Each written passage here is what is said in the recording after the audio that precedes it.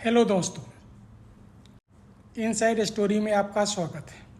इस बार हम चर्चा करने जा रहे हैं एक बार फिर से हरियाणा की राजनीति को लेकर के, क्योंकि प्रदेश की मनोहर सरकार ने 2 कदम पीछे झुकते हुए एक बड़ा फैसला लिया है सरपंचों को लेकर के। उनके आंदोलन को देखते हुए सरकार ने कुछ अपनी नीति में बदलाव किए हैं। बदलाव कहाँ तक उनको पसंद आता है यह तो आने वाला वक्त बताएगा, लेकिन उनका मानना है कि अभी हाल में ही जब वो प्रदेश के दौरे पे निकले थे तो कई लोगों ने इस बात की सराहना की है, लेकिन इसके बावजूद भी उन्होंने कुछ बदलाव किए हैं। सुनिए वो क्या कहते हैं इस मुद्दे को लेकर के। कैपेसिटी बिल्डिंग भी कराई जा रही है। सबसे पहले तो इसमें हमने पिछले दिनों में सीईओज और जिला परिषद के चेयरमैन इनकी बुला करके दिन भर एक मीटिंग की थी और उसमें कुछ बातें और हमने आगे बढ़ाई है। और उसमें जो चीज दोनों बार सरपंचों के साथ और जिला परिषद के साथ जो लागू होती हैं, कुछ तो वो बता रहा हूं मैं और कुछ जो है अलग अलग से भी इनका उल्लेख करूंगा। जैसे एक तो जब से चुनाव हुआ लगभग 1 क्वार्टर का समय शेष था, क्योंकि नवंबर में शायद चुनाव हुए थे, दिसंबर आते आते इनका ओथ हुई थी, तो जनवरी से लेकर और मार्च तक ही काम के समय बचते थे। फिर भी हमने जो एसएफसी का लास्ट क्वार्टर का पैसा है उससे भी ज्यादा पैसा कुल 1100 करोड़ रुपया इनको एलोकेट किया था तीनों को, जिसमें जिला परिषदों का 110 करोड़ रुपया था और पंचायत समिति का 165 करोड़ रुपया और पंचायतों का 850 करोड़ रुपया। तो ऐसा ये 1100 करोड़ रुपए की राशि हमने भेजी थी। इस राशि को एसएनए अकाउंट उसके अंदर जमा कराया गया था। एसएनए अकाउंट एक ज्वाइंट अकाउंट होता है और उस ज्वाइंट अकाउंट में से ही और ये लोग अपने अपने काम के हिसाब से उसमें से पैसा ये निकाल सकते हैं। जो काम हो जाएंगे या जिनके टेंडर हो जाएंगे उसका पैसा उसमें रिजर्व हो जाता है। और उसमें जिला परिषदों को हमने कई जो उस दिन निर्णय किए हैं। पहला तो हर जिला परिषद का अलग से अपना कार्यालय होगा, 22 के 22। अभी कहीं एडीसी कार्यालय में बैठते थे, कभी डीसी कार्यालय में 2 कमरे होते थे, कहीं कहीं कोई किराया पर लेकर रखते थे, लेकिन हमने हर एक जिला परिषद का अलग से कार्यालय हो। सीईओ वहां सरकारी अधिकारी बैठेगा और जिला परिषद का हमने तय किए हैं वो सब। इसी प्रकार से खेत खलियान योजना के अंतर्गत जो 5 क्रम के रास्ते हैं उनको भी अब जिला परिषद ही पक्का करेंगी। पहले अब ये 5 क्रम के जो रास्ते थे, 5 क्रम के तो हैं मार्केटिंग बोर्ड के, 4 क्रम या इससे नीचे के ये जिला परिषद करेंगी। और मार्केटिंग बोर्ड की जो सड़कें हैं उनकी मेंटेनेंस रिपेयर ये जिला परिषद करेंगी।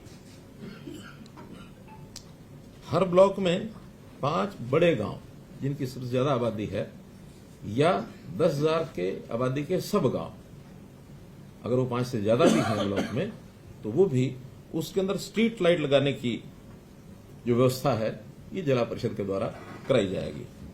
ग्रामीण क्षेत्र में पीएचसी स्कूल मरम्मत का कार्य ये भी जिला परिषदें करेंगी। आंगनवाड़ी भवन तथा उसका रखरखाव, मिड डे मील योजना की मॉनिटरिंग और इसका फीडबैक ये भी सब जिला परिषद के जिम्मे लगाया है।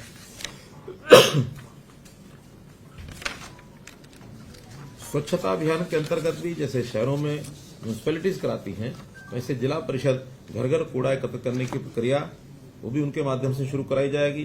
सॉलिड वेस्ट मैनेजमेंट के तहत बायोडिग्रेडेबल नॉन बायोडिग्रेडेबल कूड़े को जो अलग अलग उसका निष्पादन करना है, सेग्रीगेशन करना है, वो भी उनके द्वारा कराया जाएगा। इस प्रकार से ग्रामीण क्षेत्र में जो स्वच्छता व्यवस्था का जो बड़ा काम है ये जिला परिषदों के माध्यम से और इसको इनिशिएट किया जाएगा।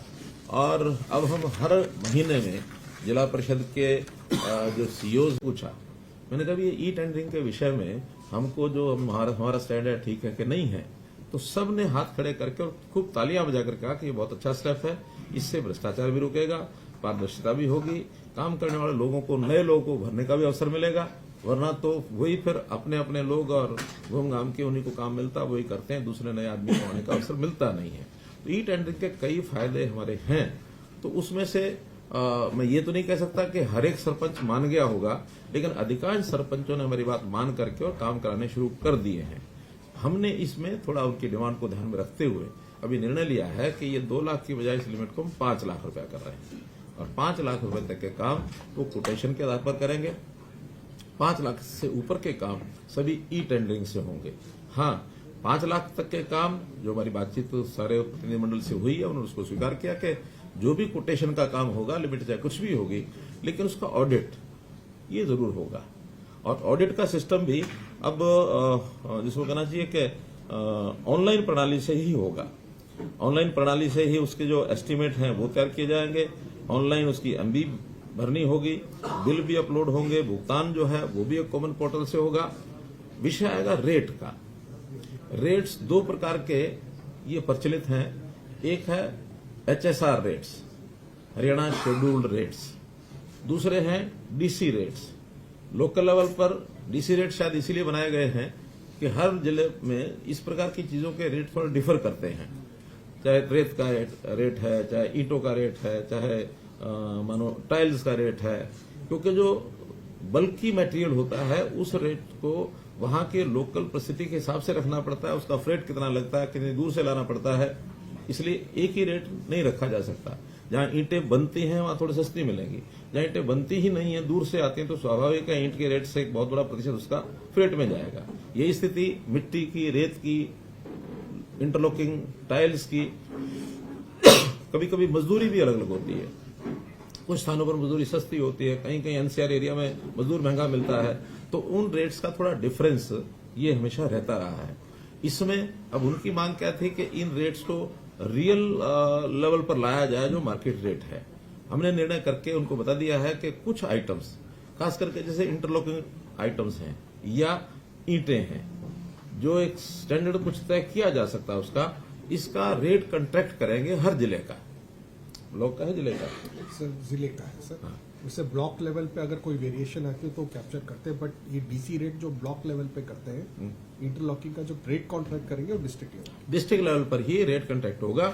उस रेट से सस्ता कोई लेना चाहे लेके लगा सकता है। क्वालिटी जो तय होगी, उसका पैरामीटर तय होगा, वही ली जाएगी। लेकिन अगर कोई व्यक्ति किसी व्यक्ति से कुछ नेगोशिएशन करके सस्ता भी लेना चाहता तो ले सकता है, लेकिन मैक्सिमम रेट वही होगा जो रेट कंट्रैक्ट होगा। रेट कंट्रैक्ट में जो पार्टीज टेंडर करेंगी, जो उसमें पार्टिसिपेट करेंगी और रेट मैचिंग जो करेंगी L1 को, उनको सबको सप्लाई करने का अवसर दिया जाएगा। किसी से भी मटेरियल जो है वो लिया जा सकता है। फिर इसकी जो गुणवत्ता की जांच करने के लिए सोशल ऑडिट सिस्टम, इसको हम स्थापित कर रहे हैं। अगले 6 महीने के अंदर इसका विधिवत एक सिस्टम बन जाएगा। वहीं गांव के प्रमुख लोगों की टीम बनेगी, वही उसका ऑडिट करेंगी, जिसके अंदर कुछ रिटायर्ड लोग होंगे, कुछ पूर्व जनप्रतिनिधि होंगे, जो एक सहमति के आधार पर ग्राम सभा को भी बताया जाएगा। उसमें भी अगर कोई गलत आदमी आया तो उसको बाहर करके ग्राम सभा की जो बैठक है उसके अंदर उसको सैंक्शन कराएंगे। ये आपकी यहाँ की सोशल ऑडिट टीम है। तो ऐसे सोशल ऑडिट के माध्यम से भी जांच की जाएगी। और एक हमने क्वालिटी एश्योरेंस अथॉरिटी ये बनाने का भी शुरू कर दिया है, बहुत जल्दी नोटिफाई हो जाएगी।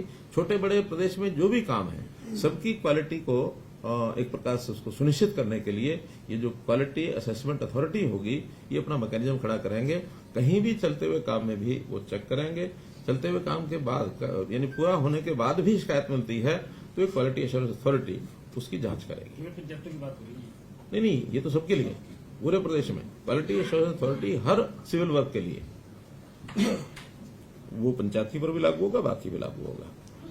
और ये जो 5 लाख रुपए की राशि की लिमिट बनाई है नेगोशिएशन की, इसमें चाहे वो 5 लाख या 5 लाख से कम के काम हो, क्योंकि जरूरी नहीं कि हर काम 5 लाख होगा, 2 लाख के भी होंगे, 3 के भी हो, 1 का भी होगा। तो ऐसे कोटेशन के आधारित कुल जो काम है उसकी मैक्सिमम लिमिट तो 25 लाख है बड़ी पंचायतों के लिए, लेकिन जो छोटी पंचायतें हैं उसका 1/3 से ज्यादा ये उसमें से नहीं करा पाएंगे। मानो कुल मिलाकर के है ही 50 लाख रुपया किसी पंचायत के पास, तो 17 लाख रुपए के काम वो उसमें से कोटेशन पर करा पाएंगे, बाकी काम ई टेंडरिंग से ही कराएंगे। तो ऐसे इसमें कोई और नया कुछ सुझाव आएगा। मानो बहुत छोटी पंचायतें भी कहीं कहीं हैं, है ही 5-7 लाख रुपया साल का जाता। मानो 1000 की आबादी होगी तो उसमें 1000 की आबादी में 2000 के हिसाब से कितना हुआ, 20 लाख। हाँ, तो 1000 की आबादी में 20 लाख रुपया जाएगा। तो उनके काम भी उतने छोटे छोटे उतने ही होंगे। अगर वहाँ बड़े काम का स्कोप नहीं होगा तो छोटे काम का दोबारा से वे सोच सकते हैं, लेकिन अभी। धन्यवाद दोस्तों। यदि यह स्टोरी आपको पसंद आई हो तो ज़रूर इसे लाइक करें, एक दूसरे को शेयर करें और सब्सक्राइब का बटन दबाना ना भूलें।